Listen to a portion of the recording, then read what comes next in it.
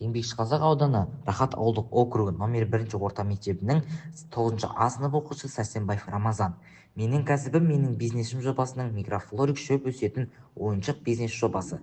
Экологиялық таза табиғи материалдардан жасалған, балалар мен ересектерге көңіл күйін көтеретін әрі ауаны тазартатын ерекше ойыншық өндіру.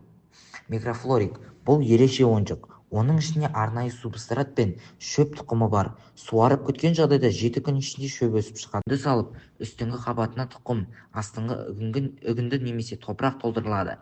Формалау, ойыншыққа қажетті пішін беріледі. Бекіту, жіп немесе желіммен мықтап бекітіледі.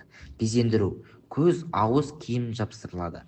Қаптама, өнім экологиялық таза қорапқа салынып, нұсқаулық беріледі. Жарнама стратегиясы, мектептер мен балабақшаларда таныстыру, әлеуметтік желілер арқылы сату, мысалы Instagram, TikTok, арнайы акциялар, 2 өнім ал, 1-і тегін.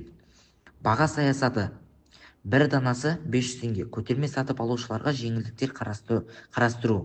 Қаржылық жоспар, бастапқы капитал материалдарға шамамен 200 мың теңге, өндіріс пен құралдарға 300 мың, ал маркетингке 150 мың теңге.